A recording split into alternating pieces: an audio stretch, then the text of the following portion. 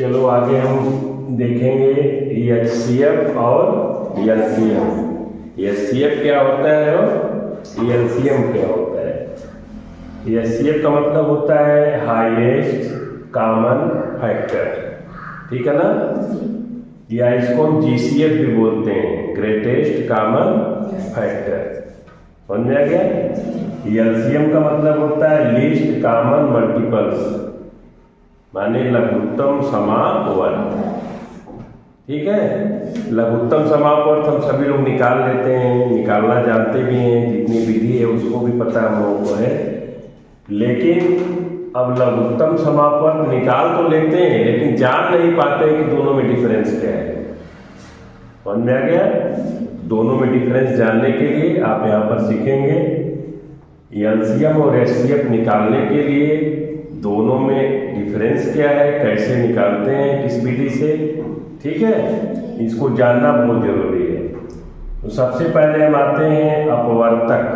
अपवर्तक को हम एक और नाम देते हैं विभाजक। क्या नाम देते हैं? विभाजक। इसको ध्यान से समझिए। अपवर्तक को विभाजक के नाम से भी जानते हैं, ठीक। चलिए, तो पहला पॉइंट हम यहाँ से समझते चलेंगे और इसके बाद महत्तम लघुत्तम समझेंगे इन्हें कहते किसे हैं, इनका दोनों डिफिनेशन देखेंगे। आप लिखते रहेंगे, हम बोलेंगे नहीं बार बार कि लिखो, आपको इस पे पूरा कॉन्फिडेंस हो जाना चाहिए। एक बार पढ़ाने के बाद यदि एक बार आपको अच्छे से समझ में आ गया तो आप कभी नहीं भूलेंगे, ठीक है। एक एक पॉइंट रिविजन कराया जा रहा है और इसको देखते रहें, आज भेजा भी जाएगा आपसे, आप चेक भी करते रहेंगे वहाँ पे, ठीक है। यहाँ बताया जाए, यहाँ समझिए, इसके बाद घर जाके एक बार और रिपीट कर लीजिए। समझ में आ रहा है। चलो, तो हम पहला पॉइंट उठाते हैं यहाँ पर अपवर्तक। अपवर्तक या इसको हम बोलते हैं, एक और नाम देते हैं विभाजक। अपवर्तक को इंग्लिश में क्या कहते हैं? रिफ्रैक्टिव। रिफ्रैक्टिव नोट करते रहें।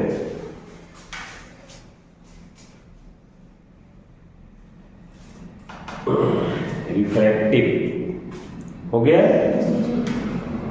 अब देखो अपवर्तक होता क्या है। अपवर्तक वे संख्याएं होती हैं जो दी गई संख्या को पूर्णतः विभाजित कर दें। अपवर्तक क्या होता है? वह संख्या होती है जो दी गई संख्या को पूर्णतः विभाजित कर दे, उसको क्या कहते हैं? अपवर्तक कहते हैं। जैसे देखें, 16 मैंने लिख दिया। अब ये 16 किन किन संख्याओं से विभाजित होगी? 1 से विभाजित हो सकती है, 2 से, 4 से, 8 से और 16 से। माने कोई भी दी हुई संख्या जिन जिन संख्याओं से पूर्णतः विभाजित होती हैं उन्हें हम क्या कहते हैं? उस संख्या का अपवर्तक या उस संख्या का रिफ्रैक्टिव। समझ में आ गया। चलिए, अब आगे हम देखेंगे अपवर्त क्या होता है, दोनों में डिफरेंस क्या है। अपवर्त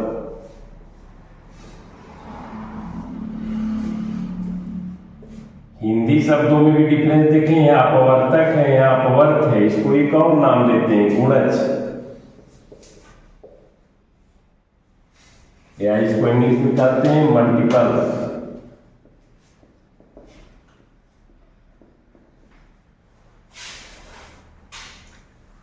अपवर्त का एक और नाम दिया जाता है जिसको गुणज भी कहते हैं या मल्टीपल्स भी कहते हैं। अब इसको ध्यान से समझिए। अपवर्त क्या होता है? अपवर्त वे संख्याएं होती हैं जो दी गई संख्याओं से पूर्णतः विभाजित हो जाए, ठीक है।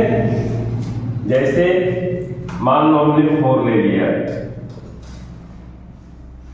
अब 4 किन संख्या में विभाजित कर सकता है? 4, 8, 12, 16, 20। इस प्रकार से इसका इंफिनिटी मल्टीपल्स होता है। किसी भी संख्या का मल्टीपल्स जो है इन्फिनिटिव होता है। समझा क्या?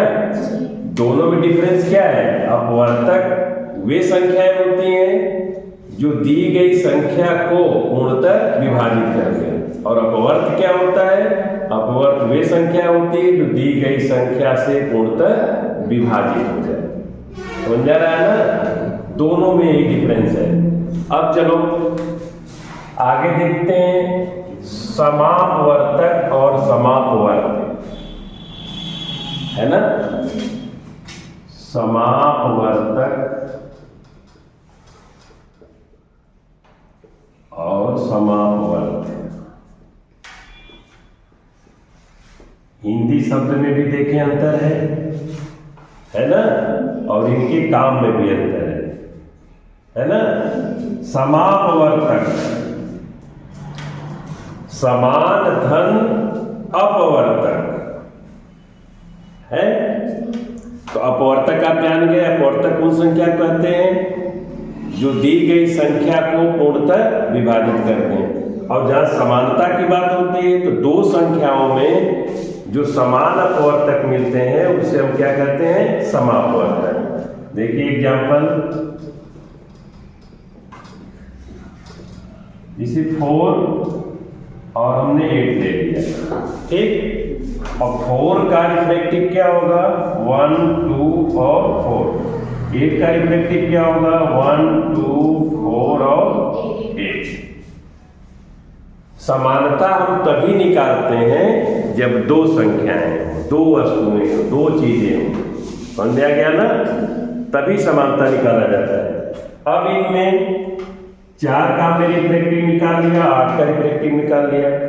अब दोनों में देखो समान कौन है? 1, 2 और 4, है ना? 1, 2 और 4। तो 4 और 8 के इक्वल रिफ्रैक्टिव 1, 2 और 4 के होंगे, ठीक है? अब समझ में आ गया? उसी प्रकार से हम समापवर्त जब निकालते हैं, यहाँ अंतर देखना है। वर्तक है, यहाँ वर्त है, दोनों में अंतर है। अब वर्त क्या होता है? मैंने पहले ही बताया कि किसी भी दी गई संख्या, जो भी संख्या दी गई हो, वो किन किन संख्याओं को पूरा पूरा विभाजित कर देती है, उसे हम क्या करते हैं? अपवर्त करते हैं। चलो अगला एग्जांपल हम लेते हैं 6 और 12 ई देखने के लिए कि समापवर्त क्या होते हैं। 6 का मल्टीपल्स क्या होगा? 6, 12, 18, 24, 30। एनी नंबर है वे इन्फिनिटी मल्टीपल्स, है ना? कोई भी नंबर हो वो इन्फिनिटी मल्टीपल्स लगते हैं। अब 6 से डिविजिबल होने वाले जितने नंबर्स हैं वो बहुत इन्फिनिटिव हैं, उनका कोई सीमा नहीं है। उसी प्रकार से 12 का 12, 24, 36, 48 इन्फिनिटी, ठीक है?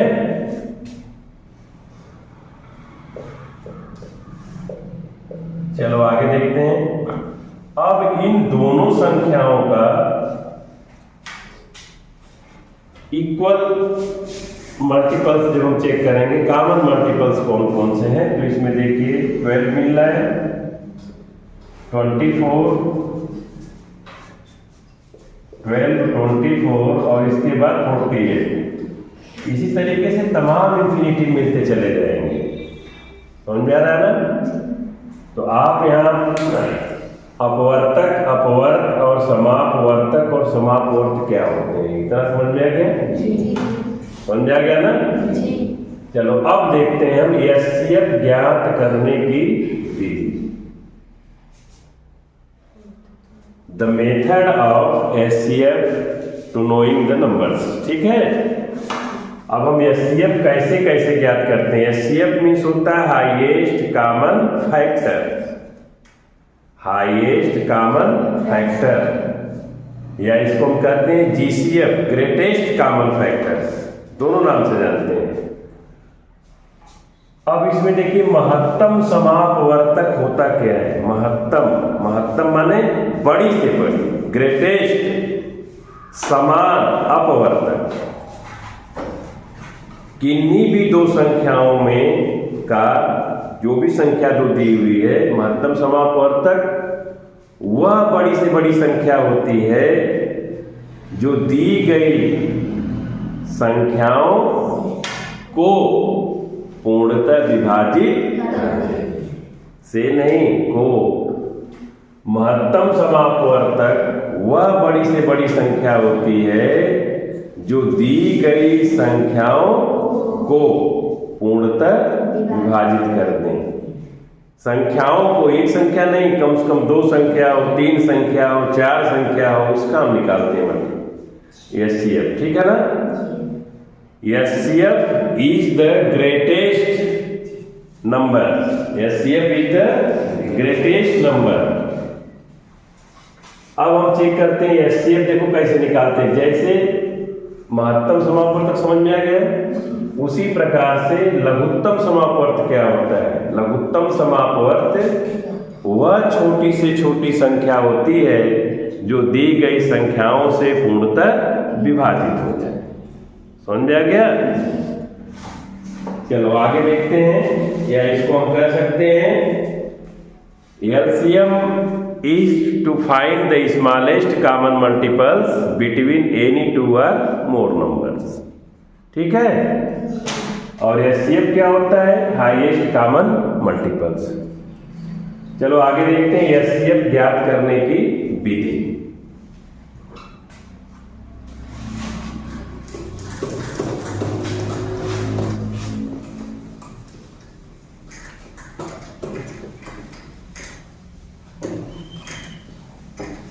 इतना एक बार आप रिपीट कर लेंगे, इसको अच्छे से पढ़ लेंगे तो दोबारा फिर आपको पढ़ने की जरूरत नहीं पड़ेगी। अब ये सब बेसिक फंडामेंटल्स है।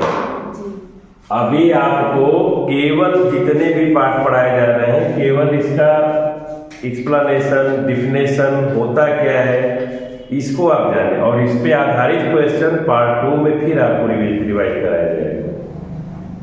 इस पे आधारित क्वेश्चन कितने होते हैं, इनको हम कैसे हल करते हैं और कैसी कैसी समस्याएं आती हैं, पहले हम इसका बेसिक जाने कि कहते किसको हैं, अपवर्त किसे कहते हैं, अपवर्तक किसे कहते हैं, महत्तम समापवर्तक क्या होता है, लघुत्तम समापवर्तक क्या होता है, पहले तो जानने हैं इसको। इसके बाद इस पे आधारित क्वेश्चन को हल किया जाएगा। इसकी आगे वाला दूसरा पार्ट जब बनेगा तो इसमें क्वेश्चन केवल हल कराए जाएंगे। ऐसे क्वेश्चन जो कभी भी आपके कक्षाओं में आते हैं, आगे परीक्षाओं में आते हैं, उसको आप अच्छे से हल कर लें। ठीक है। चलो तो एचसीएफ ज्ञात करने की विधि। एचसीएफ हम किन किन विधियों से निकालते हैं। नंबर 1 है अपवर्तक। ठीक है, रिफ्रैक्टिव मेथड। फर्स्ट पॉइंट है अपवर्तक विधि। अपवर्तक विधि, इसको ध्यान समझें। इसको इंग्लिश में कहते हैं रिफ्रैक्टिव मेथड।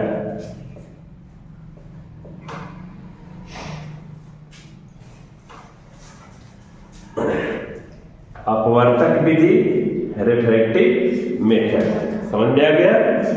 अब देखिए रिफ्रैक्टिव मेथड में हम कैसे एचसीएफ निकालते हैं।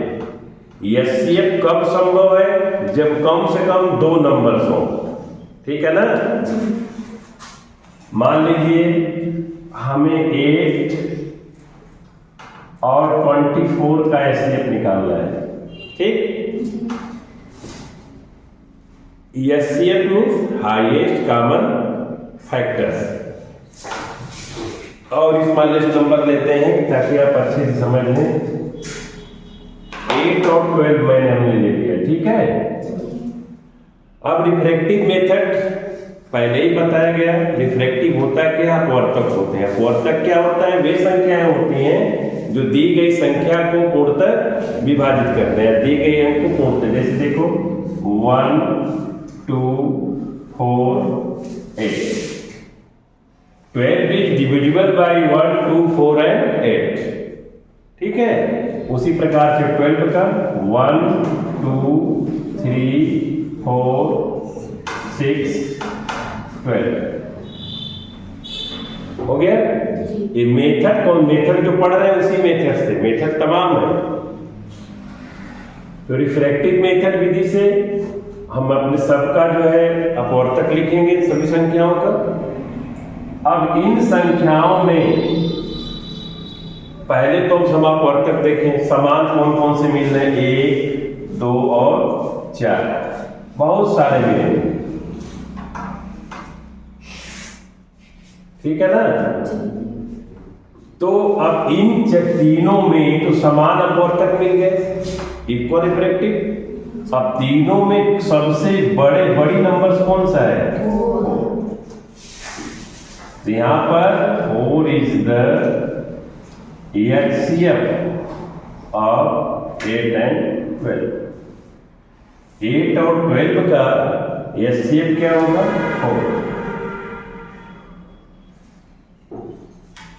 4 क्या करेगा, दोनों नंबर्स को 8 और 12 को दोनों को विभाजित कर देगा।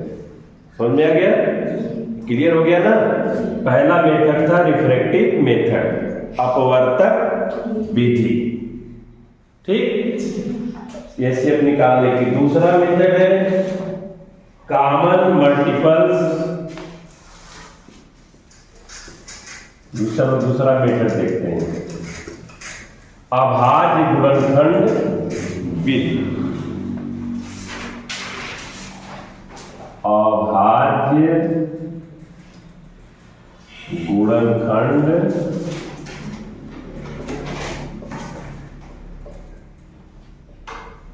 विधि। अब अभाज्य गुणनखंड विधि से हम कैसे निकालते हैं, प्राइम फैक्टराइजेशन मेथड, ठीक है ना। इसको इंग्लिश में बोलते हैं प्राइम फैक्टराइजेशन,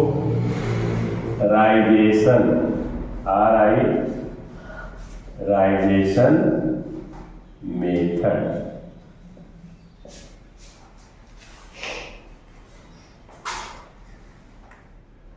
हम पढ़ रहे हैं HCF के बारे में। पहला हमने विधि पढ़ा रिफ्रैक्टिव मेथड, दूसरा विधि है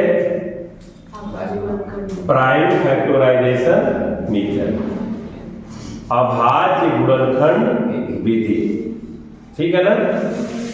चलो देखते हैं। मान लीजिए 4 दे दिया, 8 दे दिया और 12 दे दिया, 3 नंबर्स। इसका हमको निकालना है HCF, ठीक है, हाईएस्ट कॉमन फैक्टर। अब प्राइम फैक्टराइजेशन आप समझिए, सबसे अभाज्य मीन्स होता है, अभाज्य क्या होता है, ऐसी संख्या जो एक और स्वयं से विभाजित होती है, उसे हम क्या कहते हैं, अभाज्य। इंग्लिश में बोलते हैं प्राइम नंबर। और गुणनखंड, फैक्टर मीन्स गुणन, फैक्टराइजेशन मीन्स गुणनखंड, मेथड माने विधि। बहुत इजी है, इसको जानते हैं, प्राइम फैक्टराइजेशन मेथड। अब 4 का हम मल्टीपल करेंगे, अभाज्य गुणनखंड करते हैं। गुणनखंड करने का तरीका आपको पता है, जैसे 4 का 2 into 2, 8 का होगा 2 into 2 into 2, 12 का होगा 2 into 2 into 3। अब इसमें जो तीनों लाइनों में सम्मिलित हो, ठीक है ना। देखो 2 यहां पर एक बार तीनों में है, ये भी 2 तीनों में है, बाकी के जो नंबर्स बचते हैं वो दोनों में तीनों में नहीं है ना। तो जो कॉमन है इसमें 2 into 2 इक्वल टू क्या हो जाएगा, 4। तो 4 is the HCF of 4, 8 and 12, ठीक है ना। क्लियर हो गया। ये है प्राइम फैक्टराइजेशन मेथड, दूसरी विधि है HCF निकालने की, ठीक। चलो अब तीसरी विधि देखते हैं, सतत विभाजन। सतत विभाजन माने डिवीजन मेथड।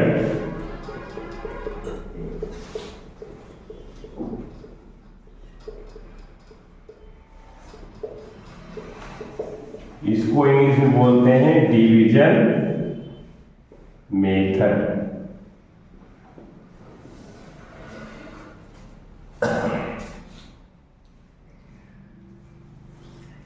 हो गया। अब देखो डिवीजन मेथड में क्या होता है, इसका दूसरा रूल्स होता है। जैसे मान लीजिए हम 4 ले लेते हैं, 8 ले लेते हैं, 12 ले लेते हैं, 3 नंबर्स है ना। तो इसमें क्या करते हैं, वो जो सबसे ग्रेटेस्ट नंबर होता है 12 है, 12 में हम 8 का भाग देंगे और तब तक डिविजिबल करते जाएंगे जब तक कि पूरा पूरा शून्य न हो जाए। देखो 8 1 का मान हो गया, 4 हो गया। अब इस 4 से इसको फिर डिविजिबल करेंगे, क्या आ गया, 0 हो गया। एक नंबर और बचा है 4 में इस 4 का जब 2 से डिवाइड करेंगे, 4 से तो 8 कट जाएगा, 4 डिवाइडेड बाई 4। तो 4 लास्ट में जो मिला हमको एकदम डिवाइड करने के बाद शून्य कर दे रहा है, ठीक है ना। इसलिए इसका एचसीएफ क्या हो जाएगा, 4। समझ आ गया। तो हाईएस्ट कॉमन फैक्टर्स ज्ञात करने के लिए हम 3 मेथड विधि का प्रयोग करते हैं, अपवर्तक, अभाज्य गुणनखंड विधि और सतत विभाजन विधि। Reflective method, prime factorisation method और डिवीजन मेथड, ठीक है। लेकिन अक्सर यूज होता है, जैसे अब अपवर्तक विधि से हमें निकालेंगे एचसीएफ, बहुत लंबा प्रोसेस होता है, ठीक है। अभाज्य गुणनखंड करेंगे तो कई बार हमें मेहनत करना पड़ेगा, इसलिए कॉमन रूप से जो प्रचलित मेथड है एचसीएफ निकालने का यही है, तीसरा वाला, ठीक। ये मेथड हमेशा यूज किया जाता है, लेकिन जानना तो चाहिए हमें, 3 विधियों से हम निकाल सकते हैं। चलो अब आगे देखते हैं एलसीएम ज्ञात करने की विधि। लिस्ट कॉमन मल्टीप्लिकेशन को हम कैसे ज्ञात करते हैं।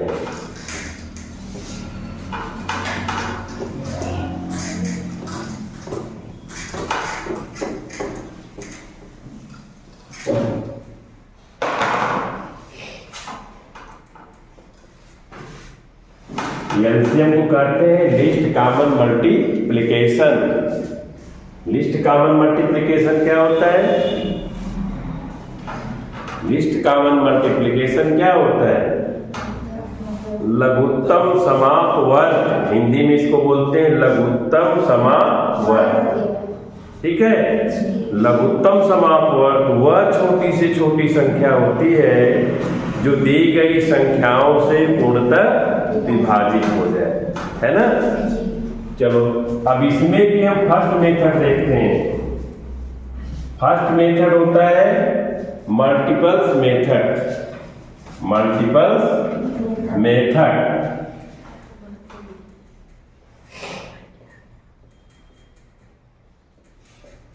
मल्टीपल मेथड्स मीन्स अपवर्त्य विधि।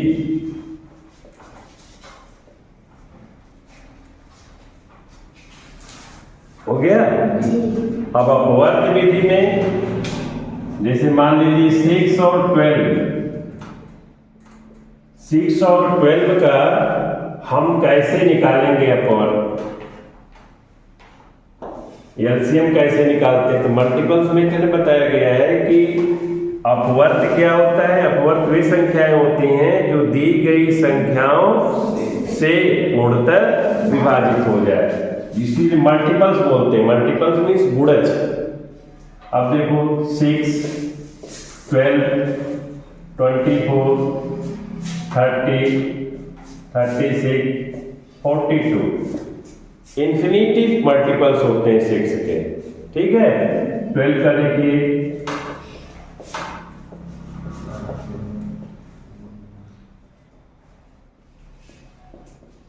इसी प्रकार से 12 के भी मल्टीपल्स इन्फिनिटिव होते हैं। निकालने की विधि में हम पढ़ रहे हैं मल्टीपल मेथड्स, अपवर्त विधि, ठीक है। अब इसमें हमको निकालना है एलसीएम, लीस्ट कॉमन मल्टीप्लिकेशन, माने लघु उत्तम, लघु माने छोटा, अब इन दोनों लाइनों में सबसे छोटी से छोटी कौन से ऐसे नंबर्स हैं जो दोनों में मिल रहा है? मिलने को बहुत सारे मिलेंगे, लेकिन समान अपवर्तक तो समान अपवर्त में निकालना नहीं। समापवर्त निकालना होता तो जितने मिलते तो सबका लिखते, लेकिन हमको निकालना है एलसीएम, ठीक है ना? अब देखिए, अब यहाँ पर सबसे छोटी से छोटी नंबर्स कौन है जो मिल रही है ना? कि 12 मिल रहा है, मिल रहा है ना जी? ये इसका हो जाएगा एलसीएम, लीस्ट कॉमन मल्टीप्लिकेशन, ठीक। लघुत्तम समापवर्त, सब लघुत्तम समापवर्त वह छोटी से छोटी संख्या होती है जो दी गई संख्याओं को से जो दी गई संख्याओं से पूर्णतः विभाजित हो जाए। अब आप देखें, एक 12 जो है 6 से भी पूरा डिविजिबल होगा और 12 से भी होगा, ठीक। चलो आगे देखते हैं अभाज्य गुणनखंड विधि। अभाज्य गुणनखंड विधि में क्या है?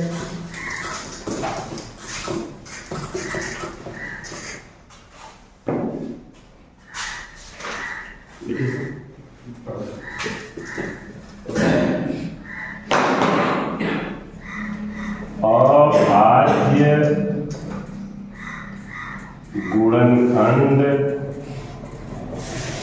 विधि, ये एलसीएम निकालने की सेकेंड विधि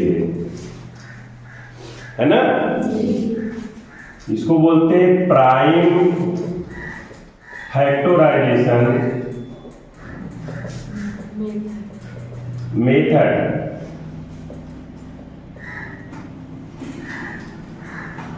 फैक्टराइजेशन मेथड माने जो भी नंबर्स दिए होते हैं सारे नंबर्स के हम गुणनखंड करते हैं। कैसा गुणनखंड? अभाज्य गुणनखंड।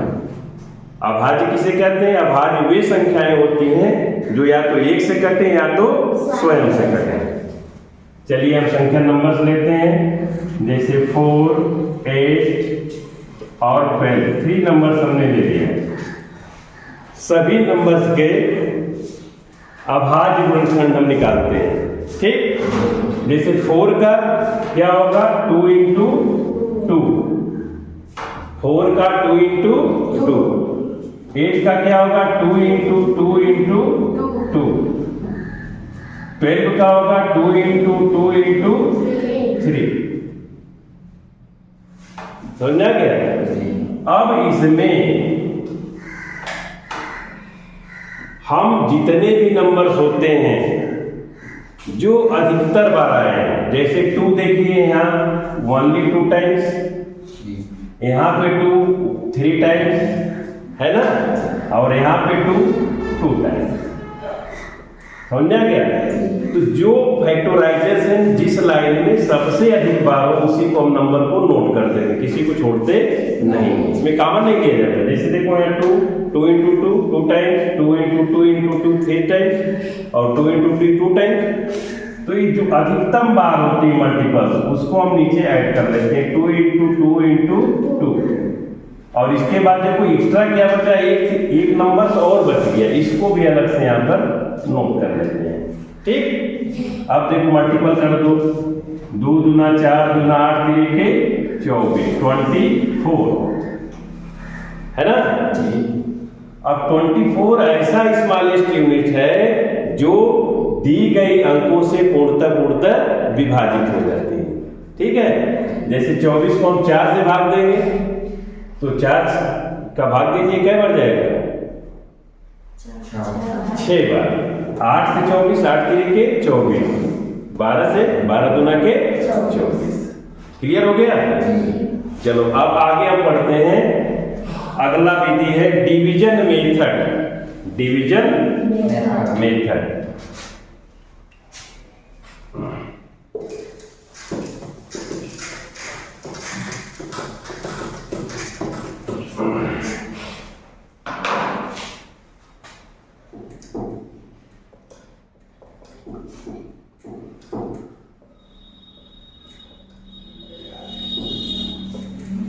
मीन्स भागफल विधि। क्या कहते हैं? भागफल विधि। चलिए अब इसको देखें, 12, 24 और 36, इसका हमको निकालना है एलसीएम, लीस्ट कॉमन मल्टीप्लिकेशन। ठीक है, इस विधि में सबसे पहले हम तीनों नंबर्स को देखेंगे, 12/24 है और 36 है। अब इस नंबर को निकालने के लिए, हल करने के लिए हम देखते हैं कि कौन सी ऐसी सबसे छोटी संख्या है जिससे तीनों विभाजित हो जाएंगे। ठीक है, हम बड़ी से बड़ी लिख सकते हैं, बहुत आसानी से निकाल सकते हैं, लेकिन छोटी संख्या से डिवाइड करते हैं। ऐसी संख्या है जैसे चलो 2 से हम डिवाइड करते हैं। ठीक, 2 छक्के 12, यहाँ पर हो जाएगा 12, यहाँ पर हो जाएगा 18। ठीक, फिर देखो 2 से ऐसा नंबर से डिवाइड करेंगे जिससे अधिक से अधिक 3 नंबर से तीनों हो जाए, 2 हो जाए, नहीं तो हो रहा है तो कम से कम 1 हो। ठीक है, इसका करेंगे 2 3 6, 2 छक्के 12, 2 9 18। ठीक है, अब देखिए 2 से डिविजिबल कौन कौन संख्या है, क्यों केवल ओनली 6 दिख रहा है। चलो इसको भी कर लेते हैं। अब 3 डिविजिबल नहीं 2 से, 3 को 3 ऐसे ही लिख देंगे, 2 3 6, और ये भी नहीं डिविजिबल है, इसको भी हम 3 लिख करके छोड़ देते हैं। ठीक है, फिर इसके बाद 3 से 1 1 3। सर क्या होगा? हाँ, यहाँ पे क्या होगा? सर मैं नहीं लिखा था, हो गया। फिर देखो यहाँ 1 आ गया, यहाँ भी 1 आ गया, 3 बचा है। फिर डिविजिबल करेंगे 1 1 और सब जगह 1 आ गया। अब इसका एलसीएम हम निकालते हैं, तो 2 × 2 × 2 × 3 × 3 कर दीजिए। 2 दूना 4, दूना 8, 3 के 24, 24 तिया 72। ये एलसीएम हो गया इसका 72। ठीक है, चलो अब सब मेथड हम जाने, सबका डिफिनेशन जाने, एक बार और रिवाइज करा देते हैं कम से कम समय में। आप जानिए होता क्या है। सबसे पहले हम लोग पढ़ने चले थे एचसीएफ और एलसीएम। एचसीएफ का मतलब होता है हाईएस्ट कॉमन फैक्टर, नाम जानिए। हाईएस्ट को हम ग्रेटेस्ट भी कह सकते हैं। ठीक है, हाईएस्ट को ग्रेटेस्ट भी, या जीसीएफ कहें तब भी आप वही चीज समझेंगे, एचसीएफ कहा जाएगा तब भी वही चीज समझेंगे। ठीक है ना। दूसरा हमने पढ़ा LCM, list common multiplication. List माने होता है सबसे छोटा से छोटा, न्यूनतम। लिस्ट मीन्स न्यूनतम, कॉमन मीन्स जो कॉमन हो, मल्टीपल्स हो, गुणज। मल्टीपल्स मीन्स समझ में आ रहा है, गुणज। मल्टीपल्स मीन्स गुणज। किसी भी नंबर्स का 1 2 3 4 5 आगे से हम गुणा करते जाते हैं तो उसको मल्टीपल्स बोलते हैं। ठीक है ना। चलो अब अपवर्तक या विभाजक विधि, नाम से ही समझ में आ रहा, अपवर्तक, विभाजक या refractive, it is the same name. कितने नाम से जानते हैं हम उसको समझते रहेंगे। अपवर्तक, विभाजक मीन्स रिफ्रैक्टिव। ठीक है, अपवर्तक क्या होता है? अपवर्तक वे संख्याएं होती हैं जो दी गई संख्या को पूर्णतः विभाजित करती हैं। ठीक, अपवर्त क्या होता है? अपवर्त वे संख्याएं होती हैं जो दी गई संख्या से पूर्णतः विभाजित हो जाए। समझ में आ रहा है ना। तो इस तरीके से हमने पूरा लघुत्तम और महत्तम को समझा और निकालने की विधि को समझा। ठीक है, इसका अगला चैप्टर आपको कल जो है वर्ग और वर्गमूल पढ़ाया जाएगा। ठीक है, इसके बाद अगला चैप्टर शुरू करते हैं। ओके।